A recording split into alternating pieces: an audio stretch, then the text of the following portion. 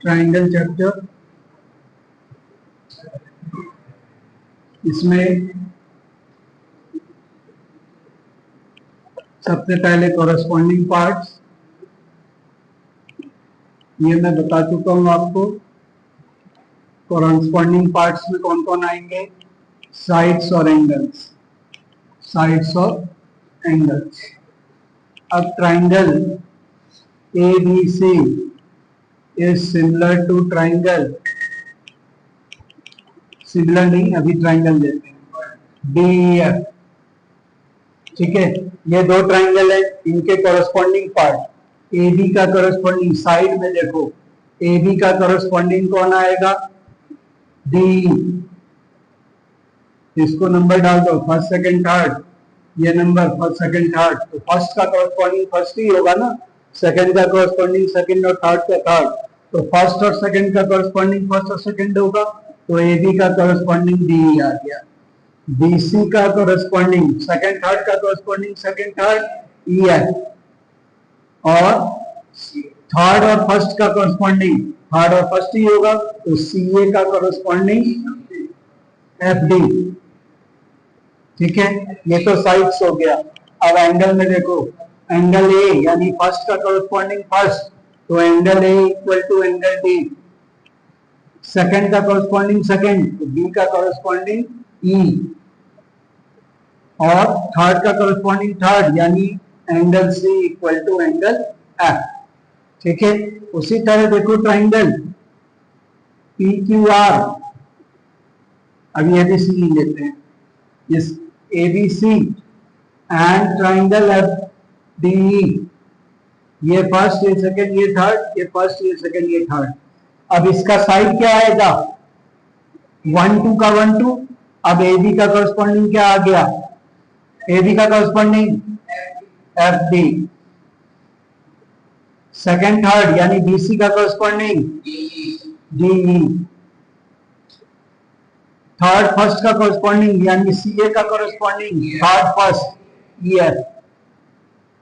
ठीक है, तो ये कॉरस्पॉन्डिंग पार्ट इंपॉर्टेंट है। इसमें कॉरस्पॉन्डिंग पार्ट गलत तो भले आपका रूल सही है, आपको 0 मिलेगा। तो कॉरस्पॉन्डिंग पार्ट इज इंपॉर्टेंट।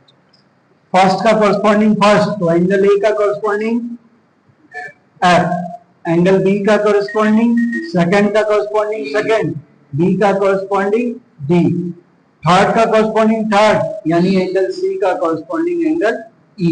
तो ये कॉरस्पॉन्डिंग पार्ट समझ गए, कॉरस्पॉन्डिंग पार्ट समझ में आ गया। ठीक है,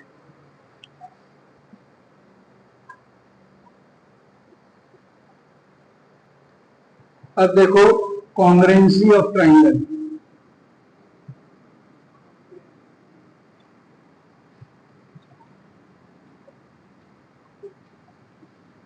Congruent means having same shape as well as same size. This is known as congruent. And the sign of congruent is symbol or sign of congruent. This is for same this is for same size and this is for same shape. तो congruent का जो sign होगा वो आपका इस तरीके का होगा। ठीक है, अब कॉन्ग्रेंसी रूल।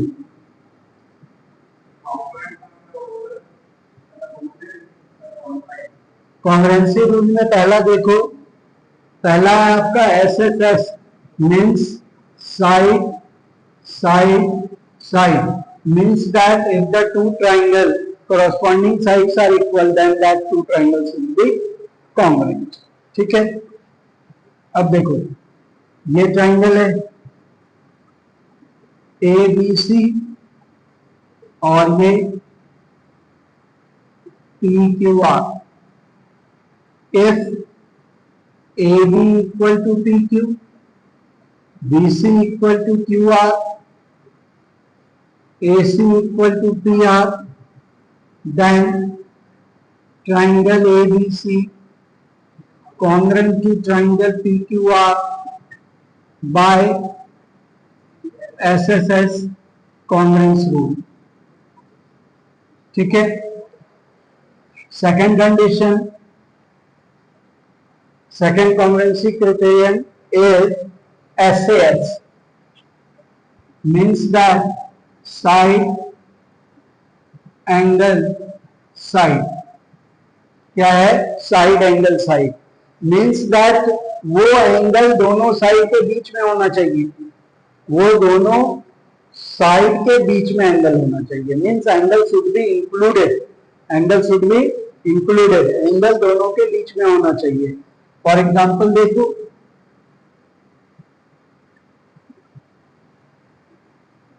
ट्राइंगल PQR और triangle DEF. If PQ is equal to D,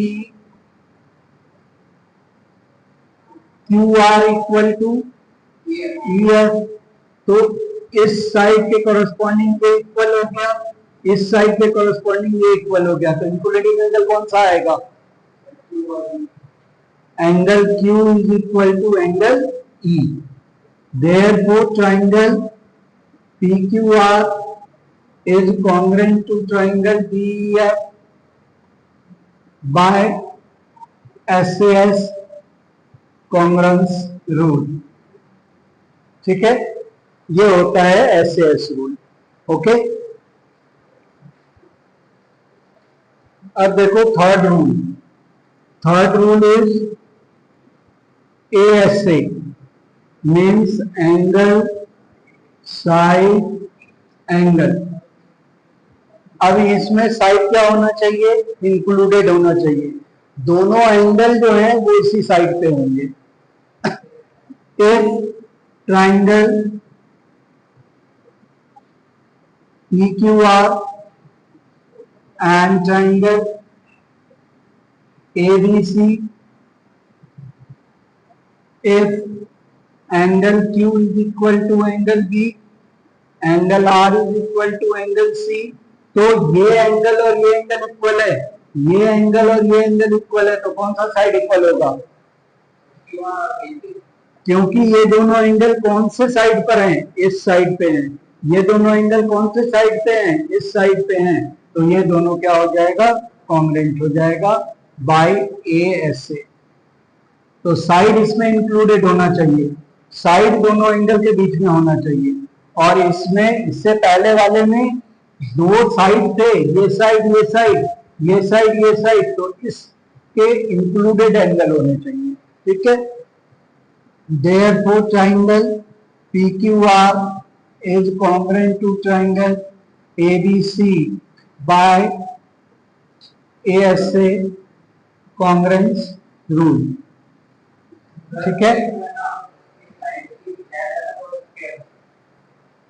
fourth में देखो, fourth rule is RHS, right angle hypotenuse and side, any side, and it is for right triangles. This is for right triangles. ये rule जो है आपको right triangles के लिए लगता है. A B C D E F, ये हो गया right angle. Right angle equal, right angle के अपोजिट जो साइड है वो हाइपोटेनस है. ये हाइपोटेनस इक्वल और कोई एक साइड इक्वल, चाहे ये साइड इक्वल हो, चाहे ये साइड इक्वल हो, चाहे ये साइड इक्वल हो, चाहे ये साइड इक्वल हो, कोई एक साइड इक्वल होनी चाहिए. तो if angle B equal to angle E, each 90 degree, AC equal to DF hypotenuse, और BC equal to EF one side. Therefore triangle ABC is congruent to triangle DEF by RHS rule. By RHS rule. ठीक है, note down करो। अब देखो, एक rule SAS से create होता है, वो है AS, means if side is not included then also that two triangles will be congruent. Triangle PQR and triangle ABC. If angle Q is equal to angle B, angle P is equal to angle A, and QR is equal to BC, then triangle PQR is congruent to triangle ABC by AS rule, AS congruence rule। ठीक है, इसमें देखो angle P angle A के बराबर हो गया, angle Q angle B के बराबर हो गया, और QR BC के बराबर हो गया। तो इसमें साइड इंक्लूडेड नहीं है तो भी ट्रायंगल कॉन्ग्रुएंट हो जाएगा, तो भी ट्रायंगल कॉन्ग्रुएंट हो जाएगा। ठीक है, अब देखो ये जो रूल्स हैं इसको कैसे यूज करेंगे वो एक्सरसाइज में जो क्वेश्चन है उसको सॉल्व करके आपको बताऊंगा कि कैसे रूल्स को यूज करते हैं। उससे पहले परपेंडिकुलर मीन्स, परपेंडिकुलर का साइन ऐसा होता है, और perpendicular means 90 degree. Bisector means, bisector means divide into two equal parts, two equal parts। अब जैसे angle bisector, angle bisector means, angle bisector means divide angle into two parts। ठीक है, perpendicular bisector means, पहले एक example दे दूं मैं, ये triangle है और ये इसका एंगल बाइसेक्टर है ABCD, BD is bisect angle B, means that angle ABD is equal to angle CBD। ये इसका मतलब हो गया। ठीक है, परपेंडिकुलर बाइसेक्टर,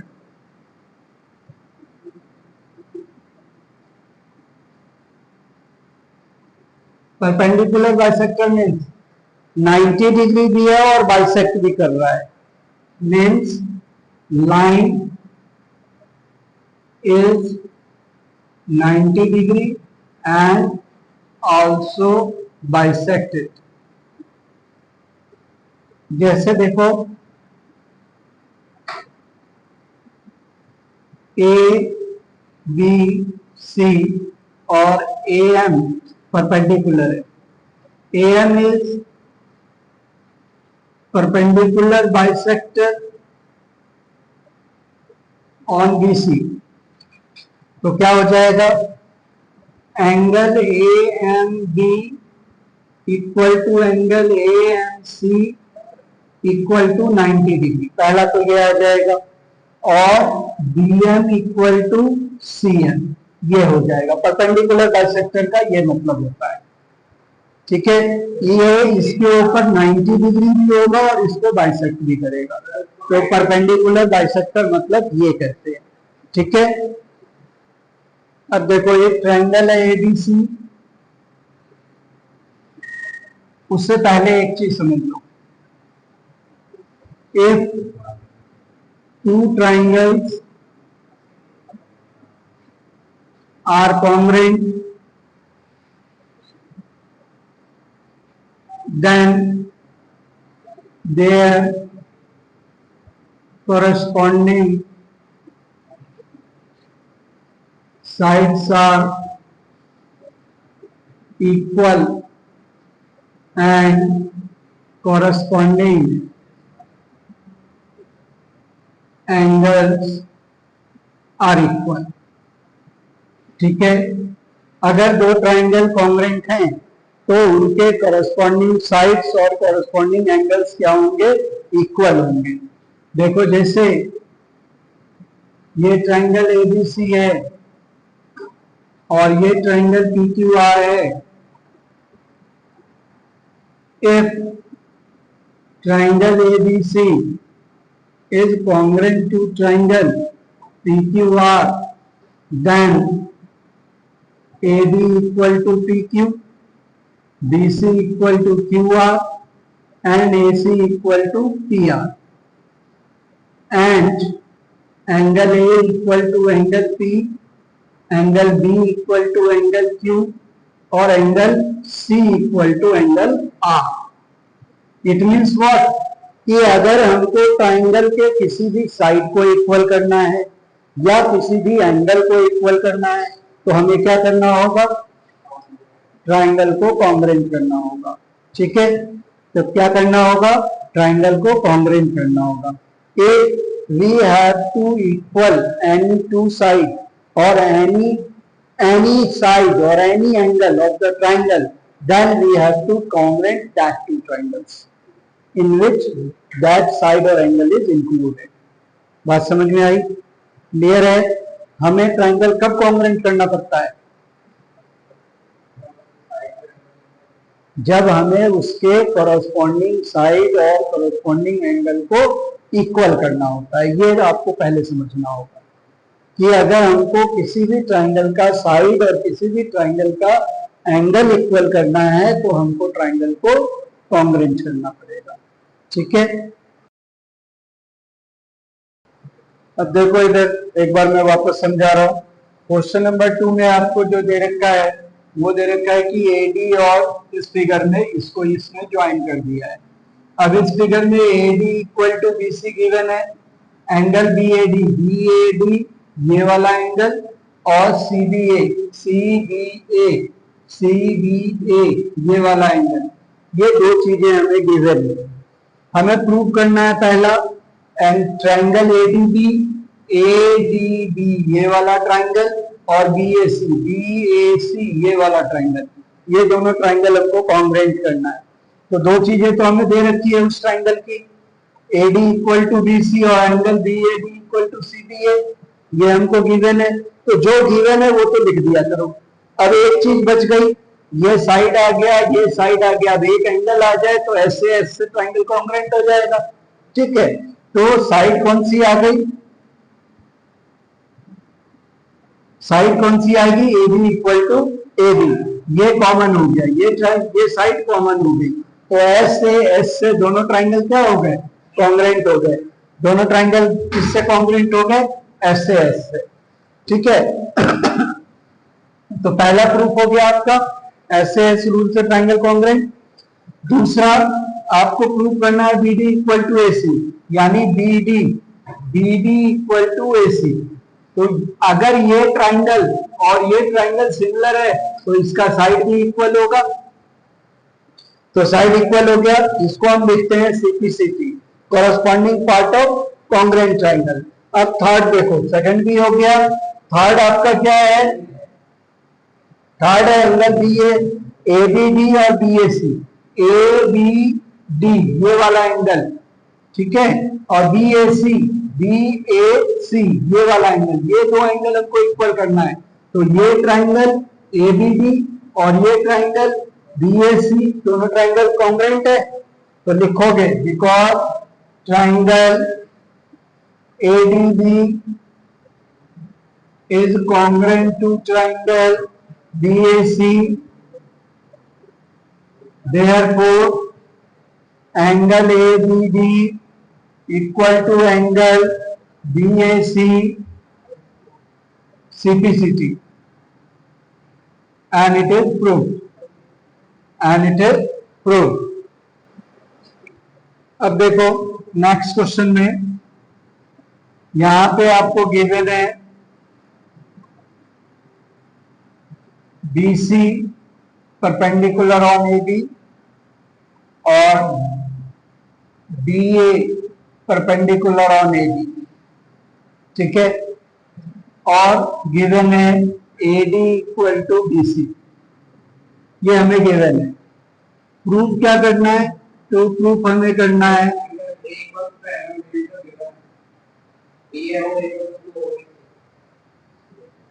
टू प्रूफ हमको करना है CD bisect AB। CD bisect AB का मतलब हो गया OB इक्वल टू OA। अगर हम OB और OA को इक्वल कर दे तो CD बाइसेक्ट कर जाएगा AB को। तो प्रूफ में देखो, in triangle BOC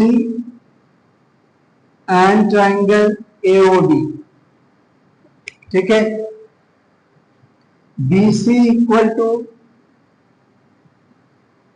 AD given है, ये हमको गिवन हो गया। Angle OBC equal to angle OAD each 90 degree, each 90 degree हो गया, ठीक है। दो चीज हो गई। तीसरी चीज ये हो जाएगी vertically opposite angle equal, angle BOC equal to angle AOD vertically opposite angle, vertically opposite angle.